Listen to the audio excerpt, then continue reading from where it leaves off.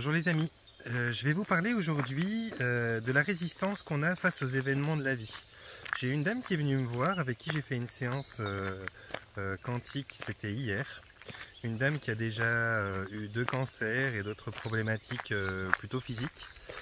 Et quand on a ce genre de problématique là, on a toujours tendance à vouloir se demander mais qu'est-ce que c'est le message, qu'est-ce que je dois comprendre, pourquoi mon corps est allé dans un tel niveau d'épuisement, de destruction même parfois on pourrait prendre ce mot là, et pourquoi il m'a emmené à tant de soucis, tant de douleurs, tant de peurs. Bon, alors il y aurait beaucoup à dire et je vais essayer de vous en dire le nécessaire et le suffisant, parce que là si on part sur déjà l'annonce en tant que telle de la maladie quand elle est annoncée, du business qu'il y a derrière et de l'intérêt pour les différentes branches de la médecine qui sont financées par ce business et qui financent les oligarchies plus haut, de faire en sorte que vous soyez dans cette peur et que vous partiez dans leurs traitements qui sont a priori les seules façons de survivre ou de se remettre de ce genre de maladie. Bon, là il y aurait tout un sujet en soi, mais toujours est-il que cette dame-là, elle arrive avec cette volonté de savoir quel serait donc le message de la vie par rapport à ces cancers qu'elle a manifestés.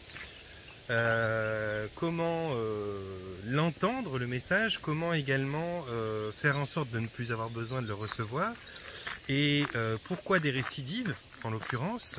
Une fois c'était au niveau de la poitrine, du sein, et puis après c'était au niveau des ovaires, et puis Dieu sait ce qui pourrait se passer si le message n'est pas entendu, jusqu'où ça pourrait aller. Et c'est tout l'intérêt de cette vidéo, c'est de vous expliquer un petit peu comment fonctionne la chose. En l'occurrence, j'ai pris un bon temps de discussion avec cette dame merveilleuse, et je lui ai expliqué un petit peu les différents niveaux de lecture, les différents niveaux de compréhension et les subtilités qui faisaient qu'on était dans une position de résistance ou pas.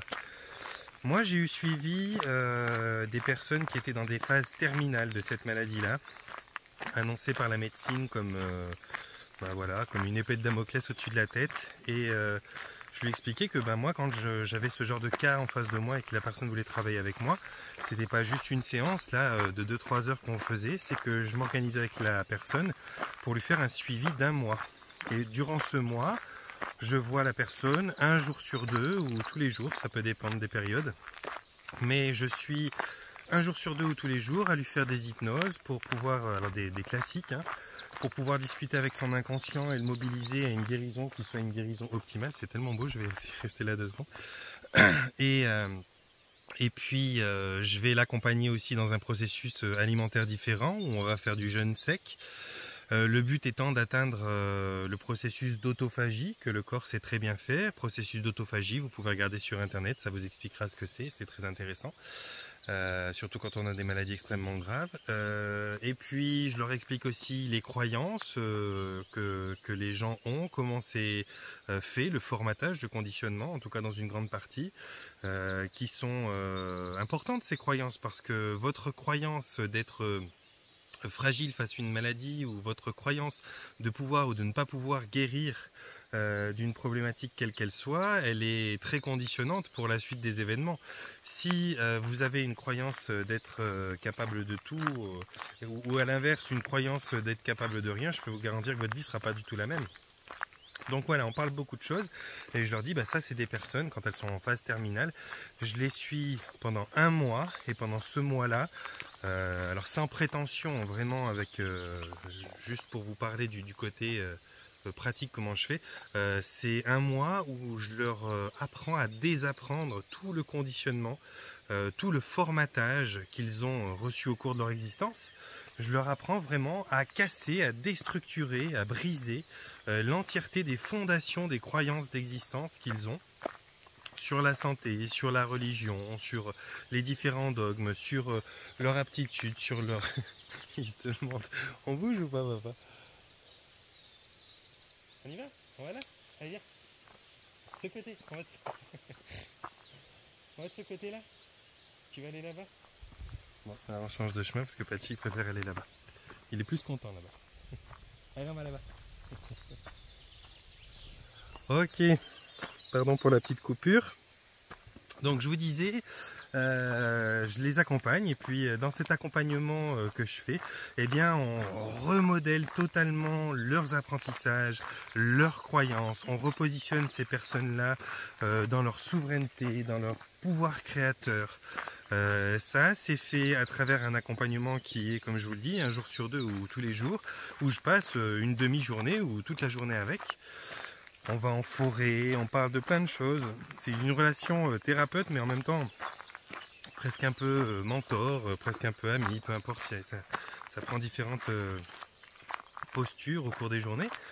Et l'idée, c'est de rééduquer, si j'ose dire ça, de rééduquer la personne à son propre pouvoir, à son propre bien-être.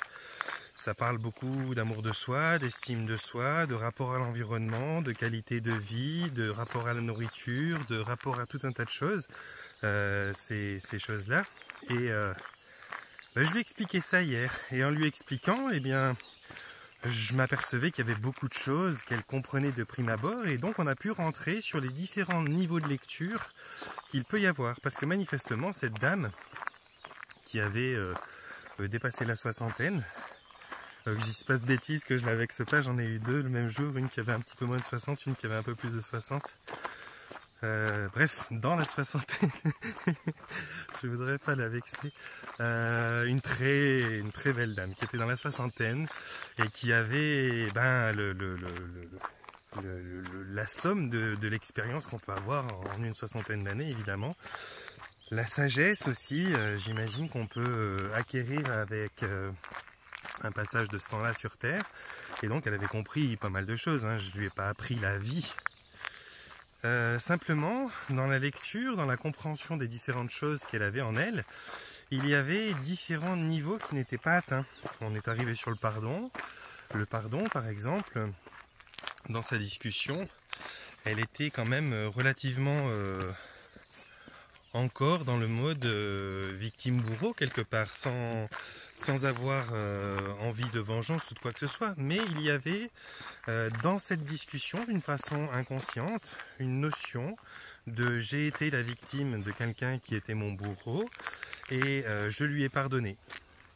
Et on pourrait imaginer, bon bah c'est super, il y a un travail qui a été fait, et c'est d'ailleurs le cas.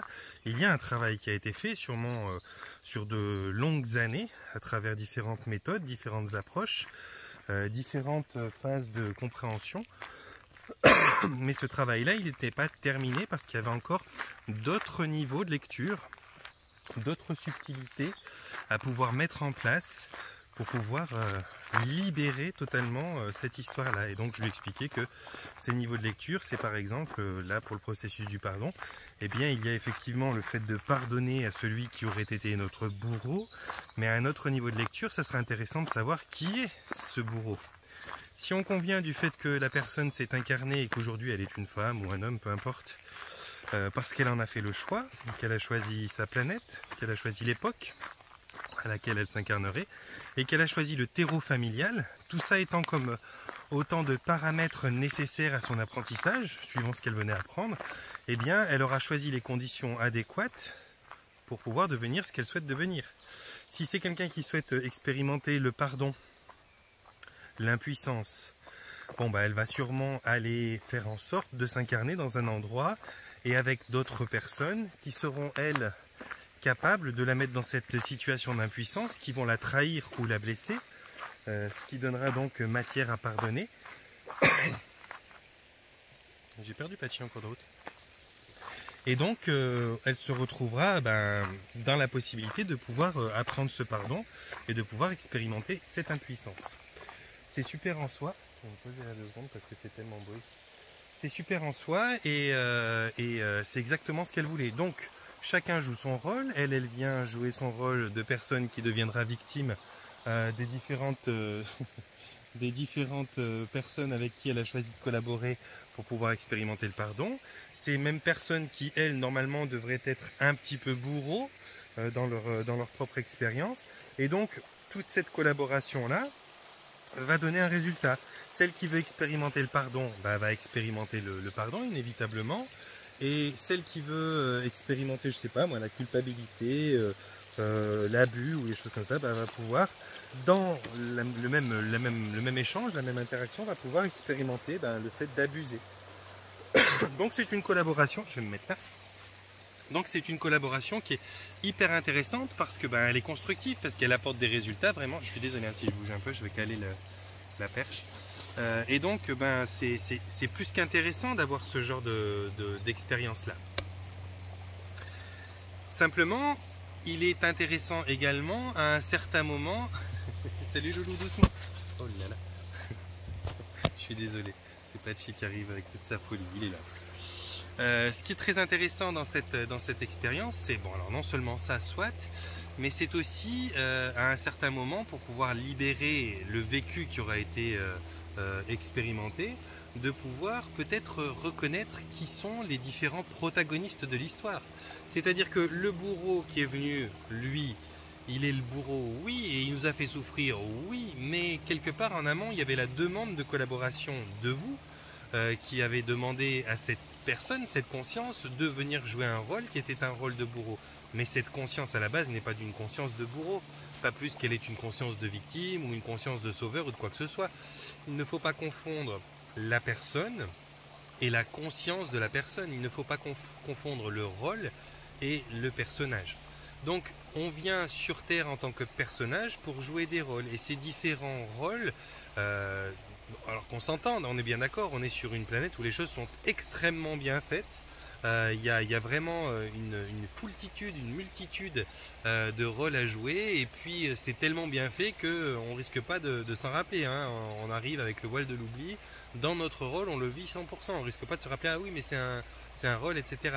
Donc au début on le vit pleinement. Une fois qu'on l'a vécu pleinement et qu'il a fait ce qu'il avait à faire, on cherche à en guérir la plupart du temps, en tout cas dans ce cas de figure là. Et quand on cherche à en guérir, eh bien on va essayer de s'approcher d'une compréhension globale du pourquoi, parce qu'on cherche le pourquoi. Pourquoi j'aurais vécu ça, ça paraît injuste. Pourquoi j'aurais choisi ça, ça paraît débile. Pourquoi j'aurais voulu vivre une telle souffrance, ça paraît vraiment maso. Enfin, ça paraît pas évident sur le moment. Quand on trouve le rôle, c'est une chose. Quand on trouve le sens derrière, l'objectif de qu'est-ce qu'on voulait apprendre, ça prend encore plus de sens, effectivement. Et puis là, on va pouvoir peut-être, moi je le fais souvent comme ça, alors là je tiens la caméra, je ne peux pas vous montrer avec les deux mains, mais c'est comme si j'avais la personne en face de moi, puis j'enlève la combinaison dans laquelle elle est, là, je reconnais la personne, et puis là, je reconnais le collaborateur qui est la personne qui est venue jouer le rôle de bourreau. Donc je reconnais la personne dans le rôle. Et donc je peux m'éloigner du rôle, reconnaître la personne qui est forcément quelqu'un que j'aime fort, parce qu'on ne fait pas un braquage avec n'importe qui, donc on ne vient pas vivre de l'inceste ou je sais pas quoi avec quelqu'un en qui on n'a absolument pas confiance. On a sûrement choisi pour ça une personne en qui on a pleinement confiance et sur laquelle on compte avec beaucoup d'amour pour pouvoir nous faire expérimenter ça. Et puis à ce moment-là, la moindre des choses qu'on peut faire quand on reconnaît cette conscience-là, c'est peut-être de lui dire merci.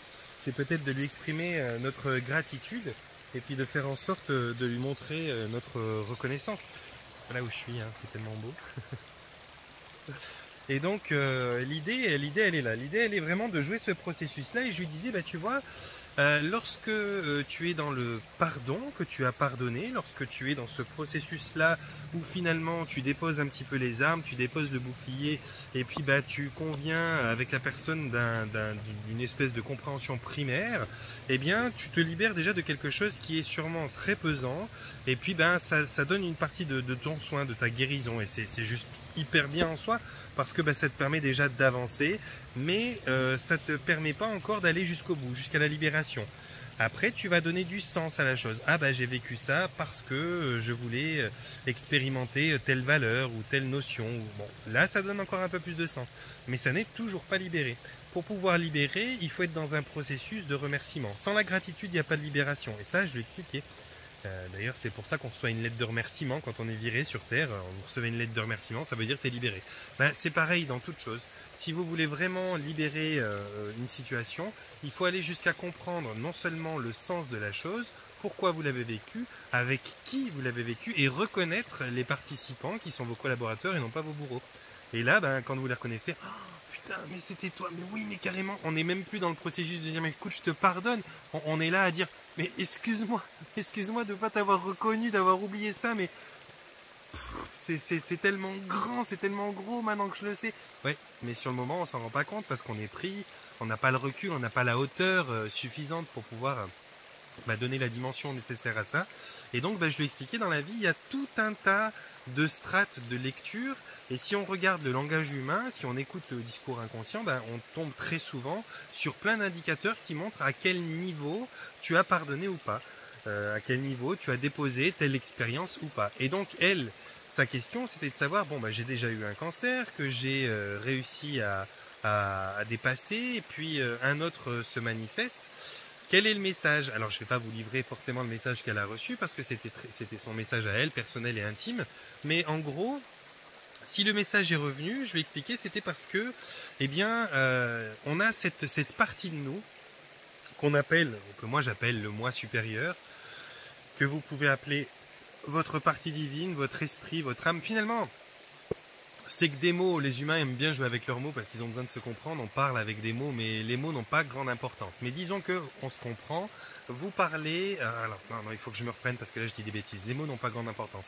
Au départ était le verbe et les mots ont toute leur importance. Mais disons que la nomination qu'un être humain fait d'une chose, et qui plus est une chose céleste, n'est pas extrêmement importante. Ce qui est important, c'est la façon dont on emploie les mots et l'architecture, c'est-à-dire comment on se place dans l'architecture de nos mots. Est-ce qu'on se place en victime? Est-ce qu'on se place en autre chose? Ça, c'est très important. Mais comment vous nommez votre ange? Est-ce que vous le nommez votre ange? Est-ce que vous le nommez votre protecteur? Est-ce que vous... Bon, ça, c'est un petit peu moins conséquent. C'est ce que je voulais dire. Pardonnez-moi si je me contredis parfois d'une vidéo à l'autre. Donc, je lui ai expliqué ça et je lui disais, c'est quand même... cette partie-là de toi qui sait pourquoi tu es venu là, qui sait pourquoi tu as choisi cette famille, qui sait pourquoi tu as choisi cette planète, pourquoi tu as choisi cette époque, qui va, elle, pouvoir te guider finalement tout du long de ton existence. Et c'est elle qui va t'envoyer des messages, c'est elle qui va collaborer avec ton esprit, ta conscience, ton âme, et puis tes corps mentaux, tes corps émotionnels, et tout un tas d'autres parties de toi, pour pouvoir, si nécessaire, si besoin est, t'envoyer des piqûres de rappel, sous forme d'accident, sous forme de maladie, sous forme de synchronicité, sous forme de tout un tas de choses qui vont, pour toi, être les petits signes jalonnés du long de ton parcours de vie. Et ces petits signes-là, soit tu sais les interpréter, soit tu ne sais pas, mais quoi qu'il en soit, normalement pour une personne qui regarde ma chaîne et qui est ce qu'on pourrait appeler dans un processus d'éveil ou déjà éveillé un petit peu, il y a en tout cas une tentative d'essayer d'interpréter ces différents signes, ces différents mots, ces différents messages pour pouvoir peut-être accéder à ce qu'elle peut attendre comme être le bien-être ou à quelque chose qui soit riche de sens et dans lequel il y a un épanouissement au bout du chemin. Normalement, c'est comme ça que ça se manifeste dans la vie. Donc, on parlait de ça et je lui expliquais, tu sais, si tu n'as pas compris une chose et que tu persistes à rester dans une certaine situation, la victime, alors je vais vous prendre un exemple concret pour que vous compreniez à quel point ça peut être quelque chose de puissant, parce que vous allez vous dire non mais c'est facile de ne pas rester la victime, mais des fois c'est pas évident. Si par exemple vous êtes, je sais pas, quelqu'un qui a été tamponné par une voiture très très fort, quelqu'un qui avait bu, qui avait perdu le contrôle de son véhicule, qui vous a fait avoir un accident très très grave dans lequel vous avez des séquelles et dans lequel vous avez perdu un de vos enfants. Vous pourrez vous sentir très facilement victime de cette personne-là qui a ruiné votre vie quelque part, en vous faisant vivre ça. Vous pourrez vous sentir très facilement victime de cette personne qui aura changé à tout jamais la vie que vous avez pour lui donner une tournure qui n'est pas forcément une tournure aussi belle que vous l'auriez espéré. Vous auriez aimé grandir avec votre enfant, vous auriez peut-être aimé ne pas être handicapé. Bref, il y a tout un tas de choses que vous auriez aimé qui tout d'un coup là n'ont plus aucun espoir d'être manifestées comme vous l'auriez espéré en premier abord. Donc là, normalement, sur le coup, avec le choc, ça peut paraître injuste Ça peut paraître complètement éloigné de ce que vous auriez pu choisir. Qui peut imaginer choisir, arriver à un certain âge, à avoir un enfant de 6, 7, 8, 9, 10 ans qu'on perd dans un accident avec quelqu'un de totalement irresponsable qui fait n'importe quoi? Ça paraît vraiment pas le genre de parcours qu'on choisit. Et pourtant, que ce soit vous, que ce soit l'enfant, que ce soit la personne qui perd le contrôle, toutes personnes ont choisi à un certain moment d'expérimenter quelque chose. Alors peut-être pas au détail près, avec la marque de voiture telle, de telle couleur et tout. Je vous passe de ces détails-là, on est bien d'accord. Mais à un moment ou l'autre, elle est venue choisir d'expérimenter un thème, la personne. Peut-être l'impuissance, peut-être l'abandon, peut-être le rejet, peut-être l'injustice. Bon bref, on connaît les 5 blessures de l'âme. C'est quelque chose qui est vraiment tout le temps expérimenté sur Terre. Donc il y a des livres là-dessus, il y a tous les soins qui rejoignent ça en permanence. On est toujours dans cette notion de ces blessures de l'âme. Donc on vient les expérimenter et peu importe la tournure que ça prend et comment ça se fait, ça se fait comme ça. Et c'est en général mais incroyable parce qu'on ne nous prévient pas pour nous dire « Ah non, tu te rappelles, tu avais telle leçon que tu avais prévu de vivre sur Terre. Bon, ça arrive maintenant, ça va être de telle façon, prépare-toi, rien de grave, c'est juste pour faire semblant, c'est juste pour apprendre, mais ça va bien se passer. » Non, non, ça se vit pleinement parce que si on veut le vivre au niveau de nos émotions, de notre chair, de notre âme et de notre esprit, on a besoin de le vivre pleinement sans avoir la conscience que c'est une illusion. Si on avait la conscience que c'était une illusion, on ne prendrait pas la gravité de la chose. Je veux dire, on tue des gens et on meurt facilement dans un jeu vidéo, on prend une mitraillette, on tire sur tout le monde, ou bien on meurt et puis c'est game over et puis on recommence. Donc on s'en fout, on s'y jette 15 fois de suite sans aucune conscience. Mais par contre, si je vous mets une vraie mitraillette dans les mains et qu'il faut aller tuer des gens dans la vie, et puis qu'eux-mêmes peuvent vous tuer, je peux vous garantir que vous allez vous cacher différemment, vous allez y réfléchir à 2 fois et vous n'allez pas agir de la même façon. Parce que là, ça a des conséquences importantes. Une expérimentation de vie dans une incarnation, pour qu'elle ait vraiment un impact fort et que ça marque la conscience, il faut que les conséquences au niveau de la matière soient vraiment importantes, jusqu'à vous permettre de quitter cette matière si nécessaire. Donc c'est ce qui se passe, et puis là, on a un niveau de lecture où on va être la victime de ce personnage-là qui a bouleversé notre vie à tout jamais. Alors, c'est tout à fait normal, c'est compréhensible, et quand on va travailler sur le processus de guérison de ça, eh bien on va devoir à un certain moment non seulement pardonner à cette personne-là, faire le deuil de la personne qu'on a perdue, puis faire le deuil de notre situation physique qui aura évolué, et puis à un autre niveau, on devra aussi aller reconnaître le collaborateur qui a été le chauffard qui vous a enlevé votre enfant et qui vous a ruiné votre vie quelque part. Et on devra au départ en parler comme ça, comme quelqu'un qui a ruiné notre vie. Et à mesure du processus, quand on aura reconnu le collaborateur et qu'on aura vu qu'il a été exactement ce qui devait être comme il devait l'être, on dira plus ce collaborateur qui a ruiné notre vie. On en arrivera petit à petit, strate par strate, à dire le collaborateur qui m'a fait expérimenter cette chose merveilleuse que je devais expérimenter. Merveilleusement éprouvante, on est d'accord, mais merveilleuse. C'est un travail de longue haleine qui prend des années. C'est vraiment de loin pas aussi simple que je vous en parle. Mais quand vous ne le faites pas, de toute façon, la vie, elle vous donne des petits jalons elle vous redresse un petit peu. C'est comme si elle vous disait, c'est pas ça que tu as prévu de faire. Et moi, l'autre partie de toi qui sait, j'aimerais t'indiquer que là, tu te dévies. Tu es en train t'es en train de pécher. Pécher, c'est pas du tout ce que vous a appris la religion. Pécher, c'est manquer la cible. Ça veut dire être un petit peu décalé. Donc, tu es en train d'être un petit peu décalé avec ce que tu avais prévu. Et du coup, je te donne une synchronicité, je te donne un truc. Et si vraiment vous vous acharnez, eh bien, elle va aller jusqu'à la maladie. Parce qu'il y a des vies, peut-être, où on est venu expérimenter la souveraineté, surtout actuellement, quand on vient vivre un éveil de conscience sur cette période-là, sur la planète, on vient expérimenter la souveraineté, la divinité, le pouvoir créateur dans une mesure qui est bien autre que ce qu'il y avait il y a 50 ou 100 ans. Donc là, c'est vraiment très actif, très, très fonctionnel.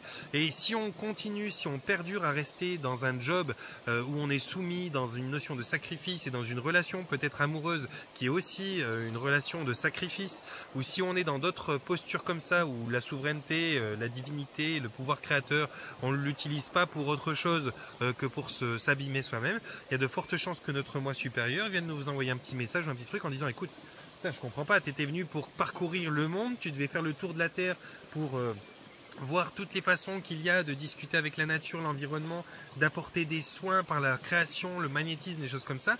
Et là, ça fait 20 ans que tu es dans une usine à répondre à un patron qui t'insulte au quotidien, dans une relation avec un pervers qui, lui, t'oblige au sacrifice permanent. Tu ne voyages pas, tu n'as pas l'argent pour ça, tu ne t'épanouis pas, tu ne t'expanses pas. C'est pas du tout ce que tu es venu faire. Si tu veux pas te mettre en mouvement, si tu veux pas oser sortir de cette situation qui t'est inconfortable, responsable, je vais moi t'imposer d'une certaine manière de réagir.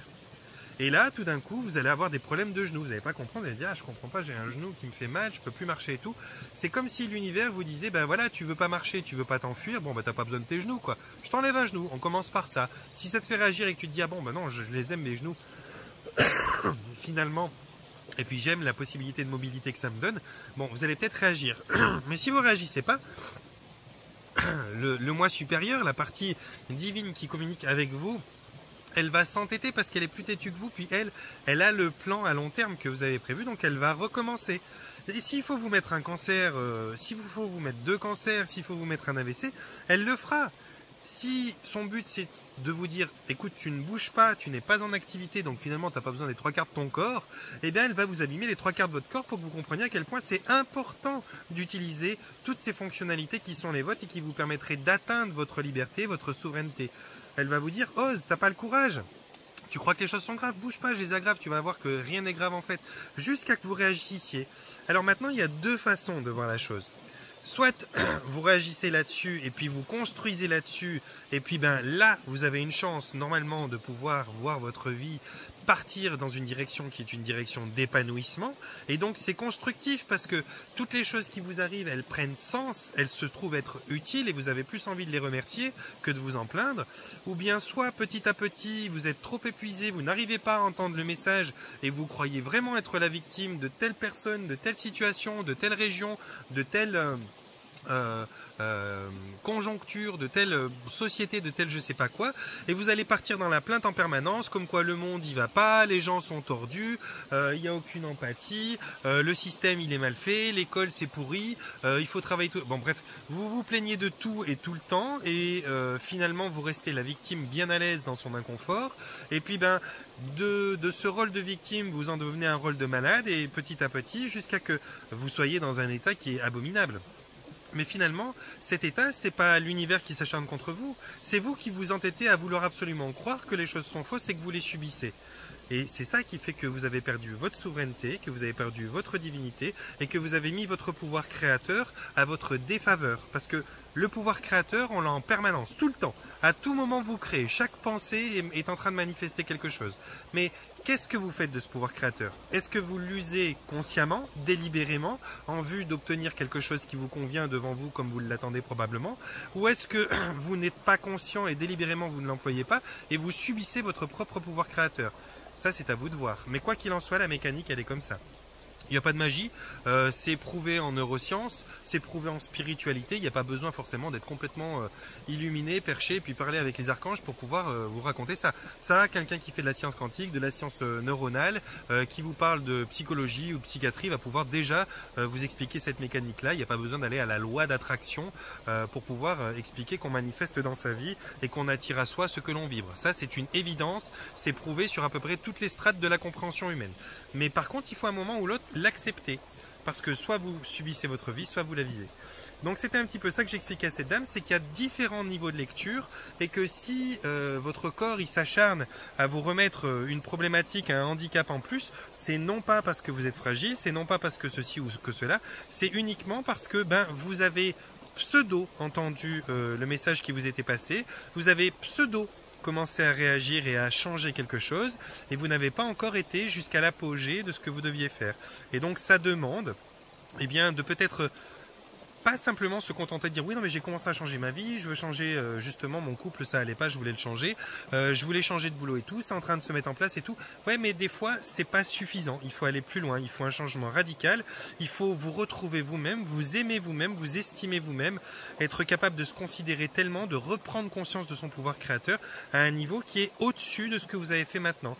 Et tant que c'est pas compris et tant que vous n'avez pas accueilli la chose au point de reconnaître son fonctionnement, sa mécanique et de la remercier d'être en gratitude avec, eh bien vous ne libérez pas le message. Pour libérer un message, pour libérer une situation, il ne faut pas juste la pardonner, le mettre de côté et la dépasser, ça c'est pas suffisant.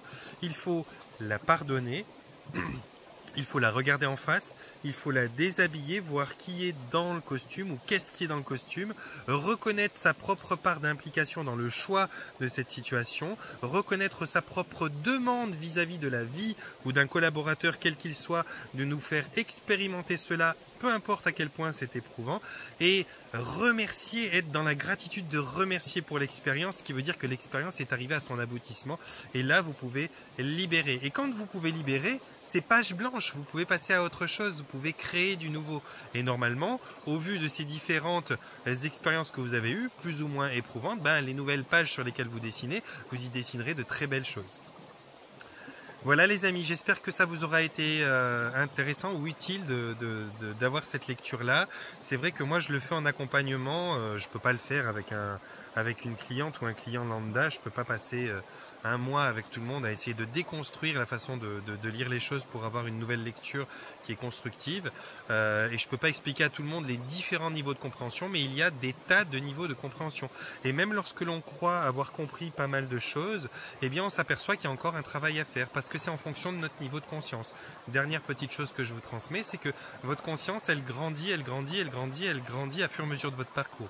Et peut-être qu'aujourd'hui, moi, Johan, 42 ans, sur mon problème de confiance en moi, sur mon problème de légitimité ou de souveraineté, parce que Dieu sait que je défends la souveraineté et que j'essaye de l'alimenter, et que malgré tout, je suis encore dans mes propres paliers de travail sur ma souveraineté, eh bien, les non-dits, eh bien justement, je vais m'apercevoir peut-être aujourd'hui à 42 ans que, eh bien, j'en suis à tel niveau de ma souveraineté et que j'ai travaillé ici, que j'ai déposé ça, que j'ai pardonné ceci, que j'ai remercié cela et que normalement le travail est effectué, que je peux arriver au bout de la chose.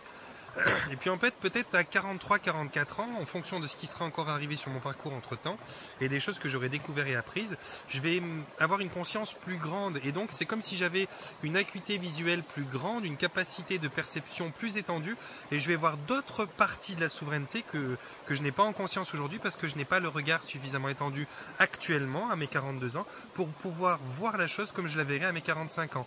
Donc, au cas échéant, à 45 ans, je m'apercevrai que certaines parties de ma souveraineté ou d'autres choses que je dois travailler sont encore à travailler, mais que je ne pouvais pas travailler avant que je les observe. Maintenant que je les observe, je peux les travailler. C'est pareil pour le processus de pardon, c'est pareil pour tous les processus d'existence de la vie. Si vous voulez pouvoir arriver à un certain moment à dire j'ai tout travaillé, j'ai compris ça, c'est accueilli, c'est bon, je devrais l'avoir dépassé, normalement vous n'êtes plus dans un corps humain parce que vous n'avez plus besoin d'expérimenter. Tant que vous êtes dans la matière, tant que vous expérimentez, ça veut dire que vous êtes en train d'essayer d'acquérir les différentes strates d'évolution des différentes choses que vous vous êtes prévues dans vos objectifs d'incarnation. Le processus du pardon en fait partie, le processus de la souveraineté en fait partie, de la créativité en fait partie, le processus de la vie en fait partie dans son intégralité. Et donc vous pouvez vraiment faire en sorte d'intégrer ça, d'accueillir ça, de ne pas vous placer dans une position où vous seriez éventuellement victime d'une vie qui est quand même éprouvante, exigeante et puis injuste, et de simplement essayer de voir la beauté dans tout ça. Je vous dis pas que c'est facile, je vous dis vraiment pas que c'est facile. C'est ce que je travaille le plus dans les séances que je fais, c'est d'emmener les personnes à avoir un autre point d'observation. C'est ce que j'essaye de faire aussi dans mes vidéos, de vous donner différents points d'observation pour que vous puissiez regarder les situations autrement et voir dans quelle posture vous êtes éventuellement pas victime, mais totalement maître de la situation. Mais c'est un travail qui est un travail compliqué dans le sens où il faut que vous puissiez l'accepter, et votre ego, lui, il n'est pas forcément toujours d'accord avec ça. C'est toujours lui qui pose de problème en général, hein. C'est votre ego, votre mental, la logique que vous voulez mettre dans des situations, et Dieu sait qu'une expérimentation de vie, une vie tout simplement, ça n'est pas quelque chose de logique. Il ne faut pas chercher la logique là-dedans. C'est quelque chose qui... Pardon, je postillonne beaucoup. C'est quelque chose qui s'expérimente, c'est quelque chose qui se pratique, qui se vit et se subit. C'est quelque chose qui va dans ce sens-là. Et il n'y a pas de logique, il n'y a pas d'analyse mathématique à poser là-dessus, il n'y a pas de calcul à faire. Ça n'est pas aussi simple que ça et finalement aussi difficile que ça. C'est beaucoup plus simple que ça et beaucoup plus difficile que ça. C'est quelque chose qui devrait normalement s'exécuter dans l'instant. Et si vous êtes dans cet instant présent, si vous vivez les choses dans l'instant présent au maximum, si vous vous autorisez à ça, eh bien, vous ne serez pas perdu dans un futur potentiel qui est problématique, qui vous demande des analyses compliquées. Vous ne serez pas à ruminer un passé qui est douloureux et qui est injuste. Vous serez dans une créativité parfaite. Vous serez dans un instant T qui forcément est toujours le meilleur, parce que l'instant présent est toujours le meilleur. C'est toujours celui où on n'est pas dans la pire des postures. La pire des postures, elle est l'instant d'avant ou l'instant d'après, mais pas l'instant présent en général. Je sais que tout le monde ne saura pas entendre ça comme je le prononce maintenant, mais c'est pourtant quelque chose que vous pourrez remarquer à un certain moment. On pourra en convenir ensemble, vous le verrez. Voilà les amis. Bon, je vous mettrai avant le générique encore une fois l'agenda de mes tournées qui auront lieu en France. Il y aura au mois d'août, donc la prochaine là, qui arrive tout rapidement, c'est à Tours et je pars dans une semaine un peu plus. Après juillet, je m'arrête pendant le mois de juillet. Je reprends au mois d'août. Mais je vais vous mettre l'agenda donc avant le générique. Pour les amis du Canada, du Québec, je vais venir quelque part entre Montréal et puis Québec, la ville de Québec. Pour le mois d'août, ça sera du 7 au 15 ou au 16 et je ne sais pas exactement où. Ça sera vers Trois-Rivières, je crois, ça s'appelle ce coin-là. Donc je vais vraiment m'installer là, dans ce périmètre-là d'une trentaine de kilomètres de Trois-Rivières. C'est dans ce sens-là que je vais réserver. Et pour que je puisse vraiment finaliser totalement cette tournée qui sera par là-bas, j'ai besoin que dorénavant vous preniez contact avec moi pour réserver, parce que je ne vais pas prendre un billet d'avion et réserver un endroit là-bas vers les Trois-Rivières si j'ai juste des gens qui me disent ah oui ça m'intéresse et tout. Non, il faut que je prenne les rendez-vous et que je bloque toute ma semaine en rendez-vous et en formation pour cette période que je vous ai citée là du 7 au 16 et une fois que j'aurai au moins la moitié des réservations de prise, et bien là je bloque le billet d'avion, je bloque la réservation et vous saurez que il faudra me rejoindre dans cette région là, quoi qu'il en soit. À ce moment là je vous transmettrai l'adresse précise, etc. Donc à vous amis québécois, canadiens, il faut me contacter. Les réservations sont uniquement par téléphone. Vous pouvez rentrer en contact avec moi par mail ou bien sur le groupe l'intention base du changement sur Facebook, et après il faudra me téléphoner parce que j'ai 2-3 choses à expliquer pour se préparer à la séance ou à la formation, et donc ça je le fais par téléphone et puis ça me permet d'avoir un premier contact avec vous. Voilà mes amis, d'ici là je vous envoie un panier de bisous. Je vous souhaite de vous porter bien, de prendre soin de vous et de comprendre qu'il y aura toujours tout un tas de mots de lecture et que tant que vous êtes en résistance contre la vie elle va être en résistance contre vous, elle aura le dernier mot. Dès que vous lâchez la résistance, eh bien elle n'a plus de raison de garder le bras en l'air comme ça, elle va lâcher. Faites-le avec quelqu'un, mettez-vous face à quelqu'un. Je ne peux pas vous le montrer parce que je tiens le téléphone, mais mettez-vous face à quelqu'un, main contre la main, vous résistez, et tout d'un coup, vous lâchez. Vous verrez sans rien dire que la personne d'en face, elle va aussi baisser le bras, alors que vous ne l'aurez pas demandé de baisser le bras. Mais comme il n'y a plus de résistance, elle ne résiste plus. Parce qu'il n'y a pas de raison. Donc vous, si vous faites ça avec la vie, si vous arrêtez d'être en résistance, vous lâchez, vous accueillez. Pas dans l'attente que quelque chose se passe ou se réalise, vous accueillez ce qui est et vous essayez de donner du sens à ça.